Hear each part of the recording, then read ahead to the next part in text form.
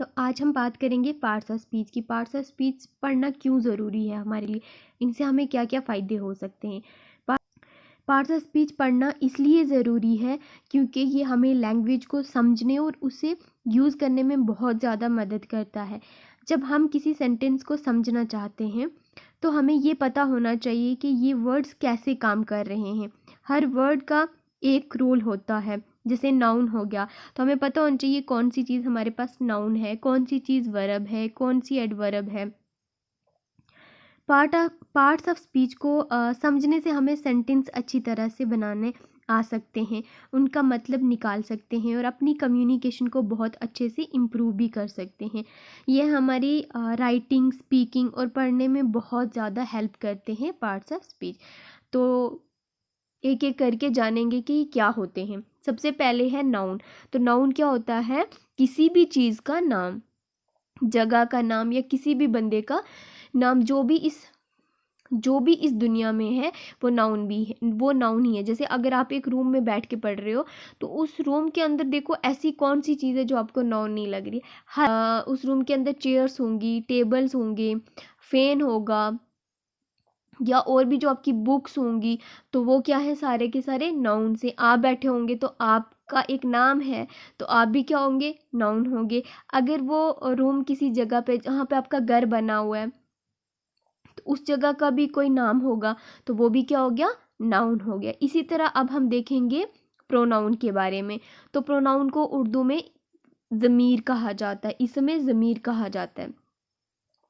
Pronoun जो है वो नाउन की जगह पे यूज़ किया जाता है। नाउन की जगह पे कैसे यूज़ होगा? जैसे जैसे आपकी एक क्लास है, ठीक है। अब क्लास में बहुत सारे बच्चे होंगे, 40-50 बच्चे होंगे, तो उन 40 और 50 बच्चों का नाम लेना क्या आसान काम है? फिर कितना ज़्यादा टाइम कंज्यूमिंग है, और टीचर को आपका सबका नाम लेना भी आसान नहीं है। किसी का नाम याद होगा, किसी का नहीं होगा। तो हमने क्या किया, एक प्रोनाउन लेके आ गए जिससे हमें पता चल सके कि ये स्टूडेंट्स। हम एक वर्ड ऐसा बोले कि हमें पता चल सके ये यहाँ पे स्टूडेंट्स बैठे हो, या हम नाम बताए बिना ये बता सके कि ये लड़का है या लड़की है। जैसे he, she, it, I, we, you, they. अब ये क्या हो गए? प्रोनाउंस हो गए। अब हम बात करेंगे वर्ब की। तो वर्ब क्या होता है? वर्ब को उर्दू में इसमें फेल कहा जाता है। वर्ब किसी भी काम का करना, जैसे कोई भी जो भी एक्शन आप परफॉर्म करते हो उसको वर्ब कहा जाता है। जैसे आप अगर खा रहे हो तो क्या कर रहे हो? काम कर रहे हो ना कुछ एक्शन हो रहा है, तो वो क्या हो गया? वर्ब हो गया। अगर आप सो रहे हो तो एक्शन हो रहा है, वो वर्ब हो गया। अगर आप गाना गा रहे हो तो एक्शन हो रहा है, तो वो क्या हो गया? वर्ब हो गया। मतलब किसी भी काम का करना वर्ब कहलाता है। अब हम बात करते हैं जी एडजेक्टिव की। नंबर 4 पे हमारा क्या है? एडजेक्टिव। एडजेक्टिव को इसमें सिफ्त कहा जाता है, मतलब किसी की सिफ्त बयान करना, किसी की क्वालिटी को बयान करना। जैसे आप अपने फ्रेंड्स के बारे में बता रहे हो कि मेरा फ्रेंड जो है वो बहुत ज़्यादा इंटेलिजेंट है ना, बहुत ही ज़्यादा अच्छा भी है। तो इंटेलिजेंट भी क्या हो गया? उसकी एक क्वालिटी। और बहुत ज़्यादा अच्छा, जो आपने अच्छा वर्ड यूज़ किया वो भी क्या हो गया? एडजेक्टिव, क्योंकि उसकी क्वालिटी बताई जा रही है ना। किसी भी, अगर जैसे आपने बोला कि उसका कपड़े का कलर कितना रेड है ना, तो रेड भी क्या है? एडजेक्टिव, क्योंकि वो सिफ्त को बयान कर रहे हैं, वो क्वालिटी को बयान कर रहा है। वो किसको बयान कर रहा है? क्वालिटी को बयान कर रहे हो, उसकी सिफ्त को बयान कर रहे हो, उसकी पहचान बताई जा रही है, उसकी वजह से उसको पहचाना जा रहा है, जिसकी वजह से वो उसको बयान कर रहा है। तो अब हम बात करेंगे नंबर 5 की। जो पार्ट्स ऑफ स्पीच है उनको कहा जाता है जी एडवर्ब। क्या कहा जाता है? एडवर्ब। और एडवर्ब को कहा जाता है ज़रफ़े हाल। क्या कहा जाता है? ज़रफ़े हाल कहा जाता है। अब देखिए हमारा जो एडवर्ब वर्ड है ना, इसी से ही हमें पता चल रहा है एड और वर्ब, मतलब वर्ब में कोई चीज़ ऐड हो रही है ना। वर्ब में कोई चीज़ ऐड हो रही है। जैसे मैं आपको एक एग्जांपल दूं, तो जैसे ना, वर्ब तो हो रहा है ना, काम तो हो रहा है, लेकिन वो काम जो है वो कब हो रहा है, कैसे हो रहा है, और कहाँ पे हो रहा है, और कहाँ पे हो रहा है, जो चीज़ हमें ये बताती है उसको हम बोलते हैं एडवर्ब। ठीक है, उसको क्या बोला जाता है, एडवर्ब, उसको एडवर्ब बोला जाता है। जैसे वो भाग तो रहा है ना, वो भाग रहा है, तो वो क्या हो गया, भागना क्या हो गया, काम हो गया, वो काम कर रहा है, वर्ब हो गया। लेकिन वो बहुत तेजी से भाग रहा है, वो बहुत तेजी से भाग रहा है, तो जो तेज वर्ड है, इंग्लिश में बात करेंगे तो फास्ट, तो वो क्या हो गया, वो एडवर्ब हो गया। तो वो क्या हो गया, वो एडवर्ब हो गया। He runs very fastly, he runs very fastly, तो रन क्या हो गया, वर्ब, फास्टली क्या हो गया, एडवर्ब, कि वो कितनी तेजी से भाग रहा है, ये हमें कौन बता रहा है कि एडवर्ब। ठीक है जी, तो जो हमें बताता है कि आपका वर्ब कैसे हो रहा है, कब हुआ है या कहाँ पे हुआ है, तो उसको हम कहते हैं एडवर्ब। जैसे क्विकली हो गया एग्जाम्पल, वेरी, हेयर, ये क्या हो गया, ये हमारे पास एडवर्ब्स होते हैं।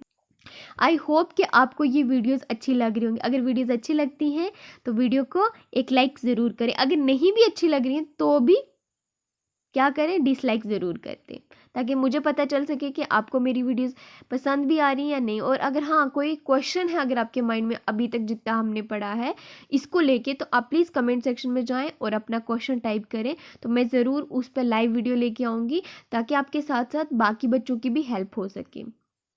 अब हम बात करते हैं प्रपोजिशंस की।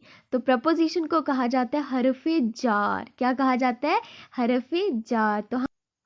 तो प्रपोजिशन क्या हो गया, हरूफे जार कहा जाता है। तो प्रपोजिशन हमें क्या करता है, प्रपोजिशन हमें बताता है दो वर्ड्स के बीच में रिलेशन, जैसे इन, ऑन, अंडर, एट।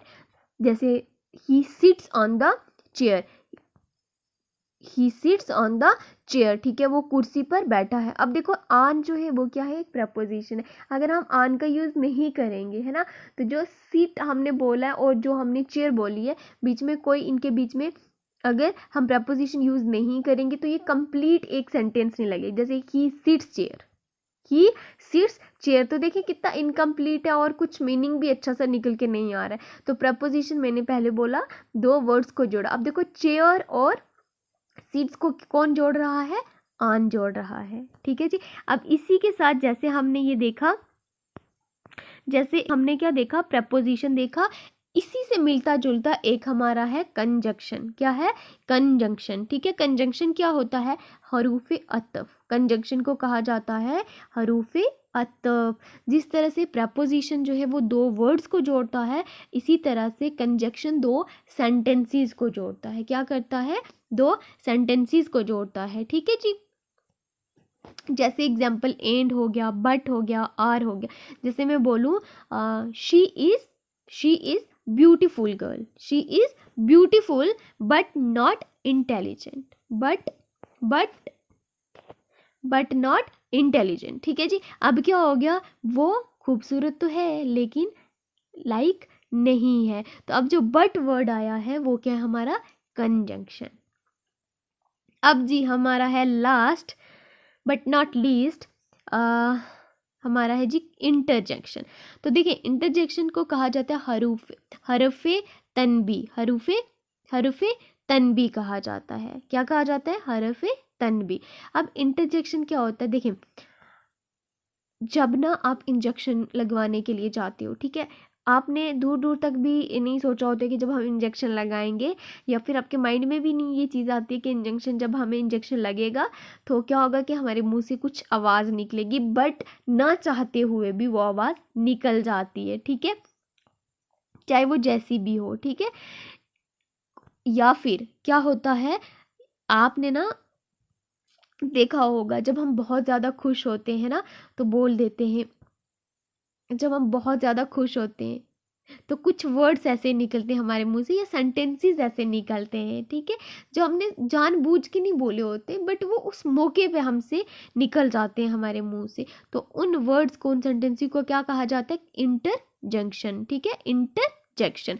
तो क्या हो गया, जो क्या हो गया, जब आप बहुत ज़्यादा खुश हो या फिर बहुत ज़्यादा दुखी हो तो जो निकलेगा, जैसे हम यूजुअली क्या करते हैं, कुछ कोई चीज़ नुकसान होगी हमारे हाथ से या कुछ ऐसा देख लो तो हम बोलते ओह शिट, ओह शिट बोलते हैं ना, तो ये क्या है, इंटर जैक्शन मतलब अचानक आपके मुंह से ये निकल रहे। और ये जो आप देख रहे हैं कि एक डंडा सा फिर साथ में एक बिंदी छोटी सी, तो इस साइन को कहा जाता है एक्सक्लामेशन साइन। क्या कहा जाता है? Exclamation sign.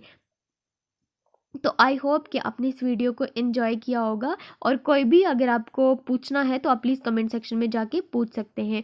तो अब हम मिलते हैं कल एक नए टॉपिक। और हाँ, अब मुझे कमेंट सेक्शन में ये बताएं कि अब आपको नेक्स्ट टॉपिक कौन सा चाहिए। तब तक के लिए अल्लाह हाफिज़।